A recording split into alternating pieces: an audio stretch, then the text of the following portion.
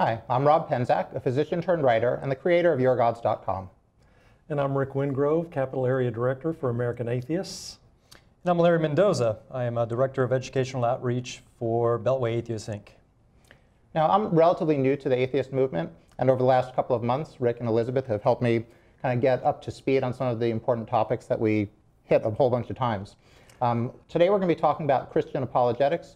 And Larry, why don't you start by just telling us what is that all about and why is it important that we as atheists know something about it? Sure, be happy to. So let me start out with, first of all, I think it's important to discuss why Christian apologetics is important for atheists to understand what it is. So oftentimes atheists get caught in certain logical traps from Christian apologists, especially during debates. So, and that comes from a lot of atheists not really wanting to spend some time in understanding what Christian apologetics is. So I think that it's important that atheists do understand a little bit. But the other thing also is oftentimes what the atheists, they make claims that Christians, for example, don't understand evolution because they don't read much about it. So I think we need to kind of take that same mentality and learn a little bit about the other side. Even though it may appear to be a waste of time, which a lot of times, to be honest, apologetics is kind of a waste of time in a mental activity. But I want to ask about sure, one of those. Yeah. Lawrence Krauss has a great quote about the purpose of education is not to validate ignorance, but to overcome it. And how would you contrast that to Christian apologetics? Are they trying to educate us and get to the truth, or do they have a more kind of sinister purpose? Well, I mean, from the Christian apologetics perspective, and I guess we'll get into kind of a definition of what that is, but from an atheist perspective, I think it's important for us to be educated on that. And I think there's value for that type of education so that you know how people are abusing science, how they're abusing logic, and that's where we kind of get into this whole idea of apologetics. Well, they do play a little fast and loose with science and logic, kind of a, I don't know, bastardized version, minimal instruction set of logic. I mean, Christian apologetics is a field of Christian theology which aims to present a rational basis for Christian faith, but the name just sounds shady to start with. It just sounds like they're making excuses is what the name sounds like. Well, that's a good point. Let's start out with what the actual definition of apologetics is. It actually comes from a Greek word called apologia, which really means speaking in defense. That's really all it means. And a lot of times, but what has happened throughout history is that apologetics has been kind of hijacked by the Christians in defending their Christianity in a reasoned or so-called reasonable manner against attacks of Christianity. There is a biblical basis for this, so let's start with that. In 1 Peter 3:15, it says, but sanctify Christ as Lord in your hearts, always being ready to make a defense to everyone who asks you to give an account for the hope that is in you, yet with gentleness and reverence. So that's where Christian apologetics really starts, is with this passage in the Bible. I haven't seen a lot of that gentleness and reverence on the videos that I've watched with apologists. And it's also such an anti-science approach. You know, it even says we're going to sort of defend and prove our point instead of following the evidence where it leads. And we see the debates, we've all watched the debates with people like William Lane Craig and all of that, and the debates just seem like such wasted breath because nothing ever actually gets settled in a debate. Right, and debates are really not about the truth. It's a chess game. It's about the gotcha moments, and that's usually what apologists are very good at doing, is debating. And yeah. So, and they use various different tricks to do that. I got pulled into a debate one time, last minute guy, they called me, and I went over and I got my butt kicked. Not because the guy approved anything, it's just the format, what he knew what he was doing and I didn't. So technically he won, but he didn't prove a thing. Sure. Do you want to go through any of the points that apologists routinely use, maybe where it seems like they score Sure. points whether or not they've been disproved or not? Yeah, let's talk a little bit about that. I do want to get into, maybe talk a little bit about the different types of apologetics, but to kind of get into a little bit how apologists usually win debates. It's not so much that they necessarily have the truth on their side. Clearly, as I said before, it's not about the truth. But what happens is they use debating skills and tactics, and a lot of these people that are professional apologists actually usually have PhDs in apologetics or have some kind of degree from some seminary school. They spend a lot of time learning this stuff. Example here is Liberty University's debating team, for example, has been rated #1 in the country. I mean, they beat Yale and Harvard and some of these other people. So it's very important to understand that these people not only learn the theology, they learn how to defend it very well. But they use, you know, a lot of times they use things like, you know, rhetoric, semantics, you know, something called the Gish-Gallop. I don't know if you guys ever heard of the Gish-Gallop. The Gish-Gallop, Yeah. What is that? Explain that. So the Gish-Gallop was actually a term coined by Eugenie Scott of the National Center for Science Education. And basically, it was a term given to Duane Gish, who was a creationist. He actually had a PhD, I believe, in biochemistry, but took on a creationism as his main goal in life. And what he would basically do, it's been described by Sam Harris as starting 10 fires in 10 minutes. And it's basically drowning your opponent in such a torrent of half-truths, lies, and strawman arguments that you cannot possibly answer all of that in a time given during the debate. And you don't know if he's saying anything true or not. Of you know, course he's not. just throwing out facts, Sure. many of which are absolutely not facts. It's like throwing a bunch of mud on the wall, and if any of it obscures a truth, then they've hidden that and they've won that point or something. Well, he just keeps you where you can't answer fast enough. You can't keep up with him. And, you know, he'll make 10 assertions and you just have no way to address all of them. And then, so do you have any recommendations? Like, do you try to go through, you know, they throw up 10 points and you answer, so they throw up 20 more? Is there a better approach if you realize you're in that situation? Well, sure. I mean, one approach that I liked, Sam Harris, when he debated William Lane Craig, he basically ignored William Lane Craig and just decided to address the audience, because essentially the point of a debate is you're talking really to the audience. No debaters, I think, apologists and atheists get together and try to change each other's mind. The point is your audience. You're trying to reach out to them, which is why I think there's a lot of why apologists usually have the upper hand, because they have easier statements to make. So, but yeah, I mean, the best thing to do is really avoid that trap by kind of ignoring it and going on when it's your turn to debate, you know, speak your proof. Turn it around, flip it, make them answer certain questions about, for example, evolution or whatever the topic is. Yeah, Sam Nothing Harris but was words. brilliant in Yeah. that debate. That's my favorite one of the William Lane Craig debates. And I've seen a couple people do that, and Victor Stenger did that one time, and during a debate, Victor Stenger kind of flopped the logic on William Lane Craig, and I guess, I believe William Lane Craig was forced to somehow admit that he possibly couldn't exist using that kind of logic. But that's one way I would go about it. And obviously learning about how they use apologetics strategies and what these apologetics are helps the atheist during a debate kind of counter some of these tough arguments that they make. And they are tough if you don't really know a lot about it. So You know, creationism seems like in itself a form of apologism. They have to make these points to support their narrative. But those are not the classical arguments that Sure. everybody talks about. Those are, you can yeah, name, why don't we name them there. let's talk. So let me start a little bit with a history of apologetics and how it kind of came to be. I mean, we kind of gave a definition of it, and we gave a biblical reference to it and why Christians use apologetics. They're biblically mandated, for one. But let's address some historical roots. There have been many forms over the centuries, starting with Paul the Apostle. He was really the first apologist, I guess, so to speak, in the early church. But then it went on to patristic writers, and patristic writers were the founding church members. You know, writers such as Origen and Augustine of Hippo, Justin Martyr, Tertullian, people like that started kind of perfecting the apologetics arguments or expanding them, so to speak. And then you continue with writers such as Thomas Aquinas and Anselm of Canterbury during the Scholasticism age, Blaise Pascal before and during the Enlightenment era, which kind of raised a lot of different, you know, of course you guys know the Enlightenment was when a lot of reason and thinking started coming into play. And then you have more modern authors like everybody's heard of C.S. Lewis, G.K. Chesterton, these guys. And then the contemporary folks that we have today, people like Alvin Plantinga and William Lane Craig and those guys. And Dinesh D'Souza is another one that comes to mind.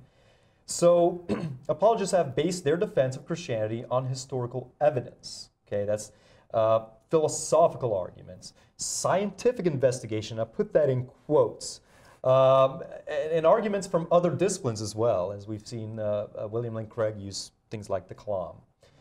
But if you don't mind, I would like to kind of really discuss one apologist in history, Thomas Aquinas. Feel free. Huh? Educate us. Okay. Thomas Aquinas, he lived in the 13th century, between 1225 and 1274. He was an Italian Dominican priest and an immensely influential philosopher and theologian in the tradition of scholasticism.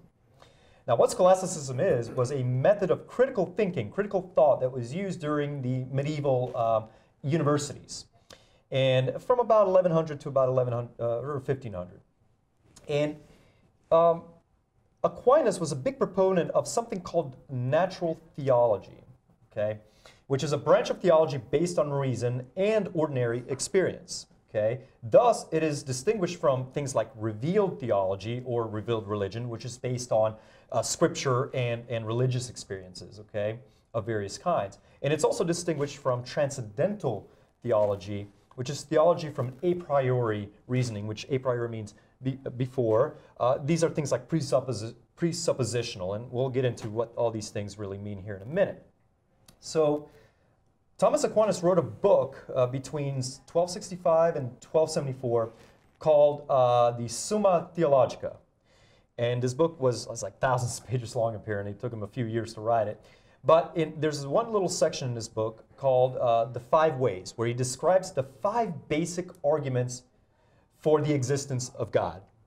Which are? Well, these are the 5 foundational arguments for classical apologetics. Okay? And to this date, they've never been disproved. That's how strong they are? No, they have been disproved over and over and over. However, with each, and we'll talk about each one here in a minute, but as they get disproved, I mean, you guys, everybody has heard of the cosmological argument, the teleological argument, you know, all these are essentially modified versions of these original 5 basic classical apologist arguments. And Thomas Aquinas, he did think he was coming at this from a very empirical, scientific perspective, because during the 13th century, let's face it, not many people were very well versed in modern physics and modern biology and chemistry and things like that. So his idea of empiricism was observation, and he did very well. So let's start with the first argument, the argument from motion. Okay, Thomas argues that since everything that moves is moved by another, there must thereby be an unmoved mover. Okay. So he observed that if you have a ball on a table, it cannot move unless somebody moves it. So clearly he said, okay, so there has to be a mover. But he also didn't believe in infinite regression. So he said, well, it's kind of like the first cause, which is one of his next arguments. So there has to be an unmoved mover, someone that's been there all along to move everything. Now, that's great. But we all know that things move without cause necessarily, or at least intelligent cause. For example, when an apple drops from a tree, it moves to the ground, but clearly there hasn't been a mover that made that happen. Okay, so that's one way. And I mean, we can get into a little bit. And when we talked about, you know, like on an atomic level, unless you're at absolute zero, everything is in motion, right? Until you hit absolute zero, which we can't get to. Sure, absolutely. And these arguments, you talked about teleological and the Kalam and presuppositional and all of these. The one thing, well, for instance, the cosmological, they always start with an assumption like this one, every finite and contingent being has a cause. Okay, that's an assumption that I'm not sure is entirely valid. You know, well, how could you possibly know something like that? But to assume that infinities do not exist, that's going into an area which you really can't prove. So they start with these assumptions. Sure. And that gets, you're now getting into more of the, actually, you know, this is what we would call a classical apologetics, but some of these assumptions and these, what we would call axiomatic, gets into the presuppositional apologetics, which, you know, we're going to talk about that here in a minute. But again, yeah, the first cause, or the second, Thomas Aquinas talked about the argument from efficient cause. where he says the sequence of causes which make up this universe must have a first cause. You know, again, it's kind of that same idea of there has to be something that happened. And the modern versions of these that William Lane Craig exploits is says, yeah, we believe there's a big bang. We just know who banged it. You know, and that's essentially the kind of idea they're saying. Third argument is the argument of necessary being, which says since all existent things depend upon other things for their existence, there must exist at least one thing that is not dependent, and so is a necessary being, right? The fourth one is the argument from gradation, and this is basically a moral argument where he says, since all existent things can be compared to such qualities as degrees of goodness, there must exist a good being, okay? But we all know that and we can get actually, Michael Martin does a great job of destroying this apologetics argument. And then, of course, the argument from design, or what we would call the teleological argument. Everything that's intricate obviously has a designer, and that's, you know, we've seen that being debunked over and over by people like even Richard Dawkins and some of these guys. Yeah. The ontological argument is one of my favorites because in 6 steps, full of assumptions. And let me just read these right quick. They start with, our understanding of God is a being than which no greater can be conceived. See, they start right off with the assumption of what they're trying to prove, the existence of God. Then he goes on, therefore the idea of God exists in the mind, then a being which exists both in the mind and in reality is greater than a being that exists only in the mind. If God only exists in the mind, then we can conceive of a greater being, that which exists in reality. We cannot be imagining something that is greater than God, therefore God exists. Sure. That's it. Sure. That's the argument. Sure. Full of smuggled assumptions and nothing really proven. Right. The thing that's always struck me, you know, and Dawkins does a great job of kind of going through these and debunking them sometimes very sarcastically. You know, with the ontologic, you can, you know, decide that it's the smelliest thing, and so God is the smelliest thing. And he sort of goes through in detail all these, but even once they've been debunked, they keep on recirculating through the apologist arguments. And so how much time, I found it very frustrating trying to read some about apologetics, because there's not like a lot of substance that you're getting. It just feels like, how much time are you going to waste? You want to do enough to understand what the arguments are and a quick answer to rebut it, but it's not like you're developing your thought process by going through this. Well, it's a big shell game, first of all. I mean, and they borrow from each other, and one of the big differences is that apologists will always borrow from each other, whereas scientists will, you know, they scrutinize the science and they do critical analyses. And there is absolutely no critical analysis of, you know, Christian apologetics. It's just basically borrowed arguments from even way back from Augustine, you know. And so they just rehash them. But here's what happens when the arguments really start to lose fuel, which they do eventually. I mean, you know, and apologists are very well aware of the fact that their arguments all of a sudden get stale, so they need to evolve with the times. Because as scientific inquiry starts to discover, for example, things like, well, we pretty much may know sometime in the near future what caused the Big Bang, or what it really is and how it is. And then they're going to have to, at that point, they're going to have to reformulate their apologetics. And apologists do that a lot. But that's why we have different schools of apologetics. You have what we would call the classical, which is the Thomas Aquinas, the teleological, cosmological apologetics. And these guys focus more on science and reason, or at least science in quotes, as a means to defend their faith. Then you have what we call the evidential apologists, who use more the Bible as a historical book to prove. You know, these guys, what we call evidential, people like B.B. Warfield and John Warwick Montgomery, Clark Pinnock, Lee Strobel. Lee Strobel wrote a wonderful book called, well, wonderful in apologetics terms, The Case for Christ. And they're a little different, but these are like the more, let's use reason and let's try to use or borrow from science whenever it fits, right? But then exactly, yeah, just the pieces they need, just when it helps, and forget the rest of it. Forget all of scientific methodology, because that doesn't work for them too well. Right, and actually Frank Turek, when he debated Christopher Hitchens, you know, he gave me his book, he autographed it, which is great. And Frank Turek is a classical apologist, classical/evidential apologist. And in that book, you know, he discusses a lot about, you know, well, you know, science is real, and they quote people like, you know, Stephen Hawking and these scientists, and they'll take quotes and they'll use them. But the same way, these apologists don't necessarily reject the theory of gravity instead of teaching the controversy of the theory of intelligent falling, for example.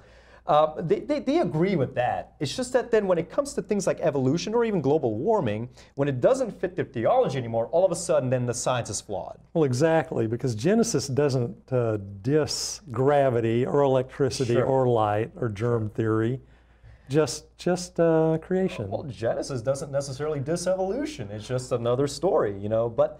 But yeah, and so what happens is once the science starts to catch up with these people, and I like a word coined, and I can't remember who coined it. I can't remember if it's Babinski or if it was John Strook, but they call it theology at the edge, where God is hiding, not God of the gaps, but right at the edge of our scientific knowledge. And as science keeps expanding our knowledge, theology keeps getting pushed further and further out.